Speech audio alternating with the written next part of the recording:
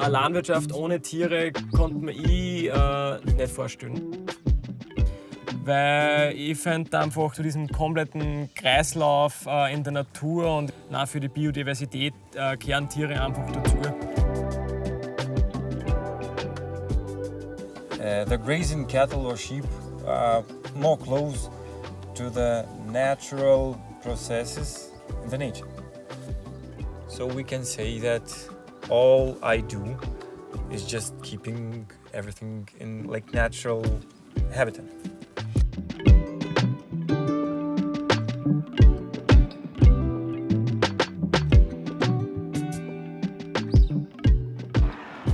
Wir sind heute auf dem Betrieb von unserem Biodiversitätsbotschafter Alexander Steindl in Heidershofen in Niederösterreich.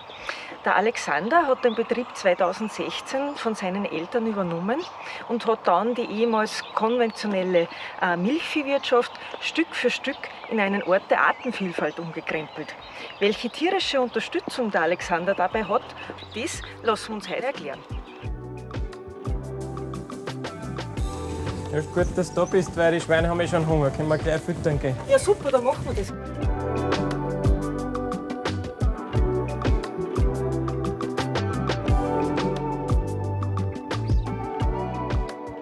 Unsere Schweinehaltung ist durchaus ungewöhnlich, weil wir halten unsere Schweine ganzjährig draußen.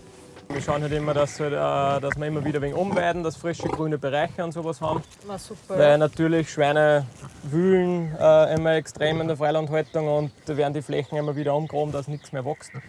Und so wechseln wir halt immer wieder die Flächen an. Wir schauen halt dann immer, wenn wir Schweine von einer Fläche nehmen, dass wir irgendwas ansehen.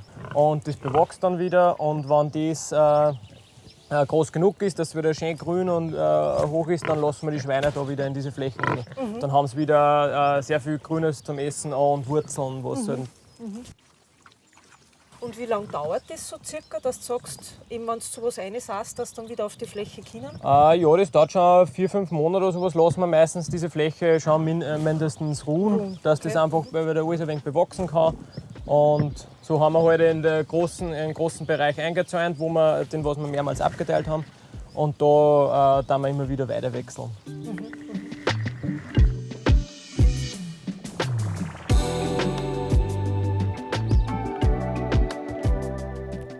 When I look at the landscape here, slightly hilly grassland mixed with forests, hedgerows, cow grazing in the meadows. At the first glance, it looks that I'm just around the corner of Alexander's farm in Heidershofen. But right now, I'm more than 1,000 kilometers northeast of Heidershofen in Lithuania. I'm on my way to another farmer who is equally convinced that grazing makes a valuable contribution to nature, Nerijus Sukatskas. Like Alexander Steindl, he's an ambassador for biodiversity, and today we're gonna visit to see his farm and to see how he promotes biodiversity. Hi Nerijus. Labas, Claudia. Labas. Thank you so much to have us as guests today on your farm. It's very nice to see you here. I'm very glad. Okay, let's go to see the things. Yeah, of course.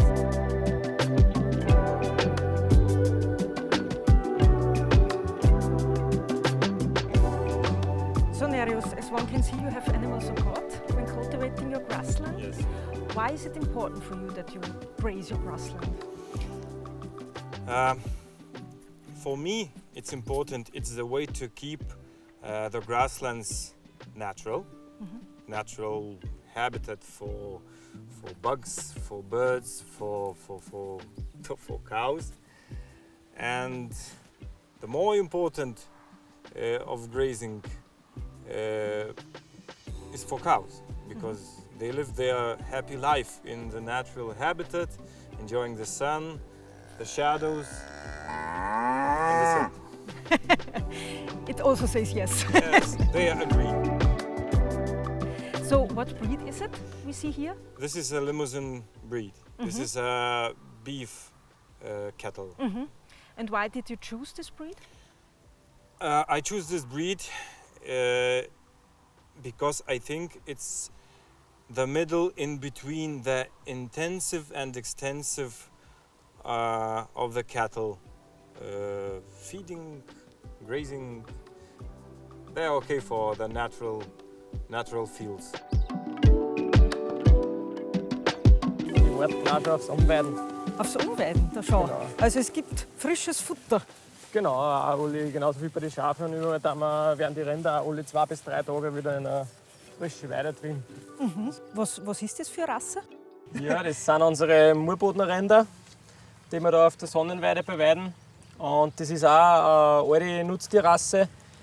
Und wir haben uns für die Rinder entschieden, erstens, weil sie einen super ruhigen Charakter haben und super geeignet sind für die Haltung da. Und ein ganz wichtiger Punkt war eben auch, wie ich die das erste Mal persönlich gesehen habe, habe ich mich einfach absolut verliebt in diese Rasse, weil es für mich die schönsten Rinder der Welt sind.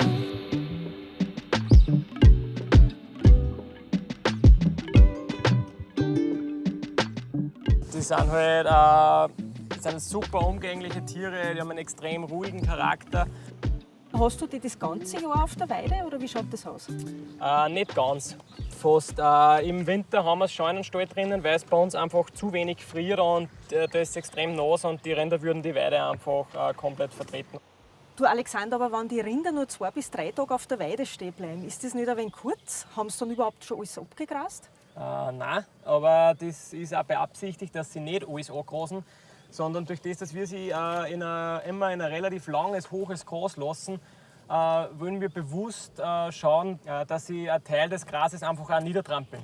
Durch das schaffen wir eine Mulchschicht, die einfach die Feuchtigkeit besser im Boden hält und den Boden kühlt, gerade in heißen Sommertagen, und so einfach ein besseres Bodenleben entsteht dadurch.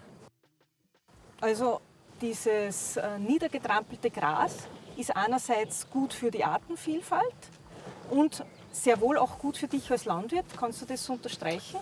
Absolut, ja. Also dieses Gras, was niedertrampeln, sehe ich nicht als Verlust, sondern ganz im Gegenteil. Durch das, dass wir eben die Feuchtigkeit besser im Boden halten, habe ich schlussendlich bei trockenen Perioden für einen besseren Aufwuchs vom Gras wieder, weil ich eben mehr Feuchtigkeit habe.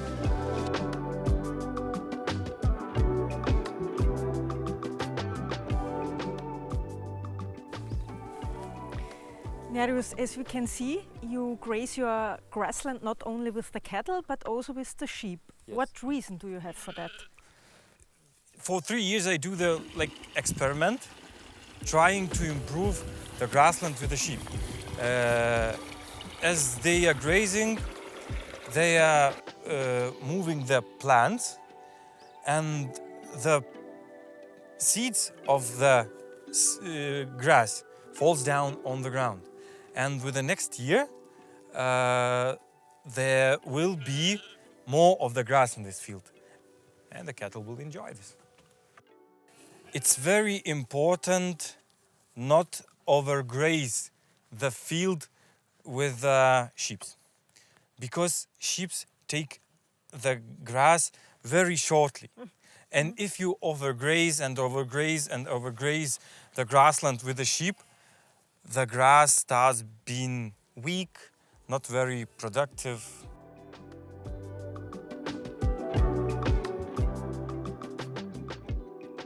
Du hast ja nicht nur die Rinder bei dir im Betrieb, sondern du beweidest ja auch mit anderen Tieren. Was nimmst du da noch her? Wir machen dasselbe Prinzip wie mit den Rindern, machen wir auch mit Schafen und Ziegen, mit den Weiterweiden, und denen folgen dann unser Weidemastgeflügel, unser mobiles. Ein mobiles Geflügel? Genau. Wie ist das zu verstehen? Das funktioniert so, wir haben nicht beim Geflügel nicht einen Stall, wo sie auf die Weide dürfen, sondern wir haben mobile kleine Ställe, die wir dann immer wieder versetzen. Das heißt, unser Geflügel kommt halt immer wieder jeden Tag auf einen frischen Teil von Weide und haben so immer wieder ganz frische Gräser, Kräuter, Insekten. Und wenn das Geflügel den Schafen folgt, haben wir den Vorteil, dass sie die Hinterlassenschaften, den Kot von den Schafen und Ziegen, da siedeln sie nach einigen Tagen so Larven und Käfer und so an. Und die Hühner, das Geflügel, sind natürlich auf der Suche nach dem und verteilen so den Dünger gleichmäßiger auf der Fläche. When you think about your grassland and compare it with other grassland areas in the region, Yes. do you see any differences? Yes, I see. My grasslands are more interesting because they have more colors, more colorful they are, nice smells, and they has a bigger environment. More animals, more birds, more bugs. That means we are doing well. We are doing well and we farming friendly with the nature. Ich bin absolut gern Landwirt. Das ist für mich der schönste Beruf. Dieses Arbeiten mit den Tieren und in der Natur draußen, dieses Schaffen von Neuem, das erfüllt mich einfach. I like farming because I'm always outside, I'm always in the nature. I see all the 4 seasons of the year. I'm here in the autumn, I will be here in the winter. I wait here for a spring and I enjoy this field in the summer. So that's why I like to be a farmer.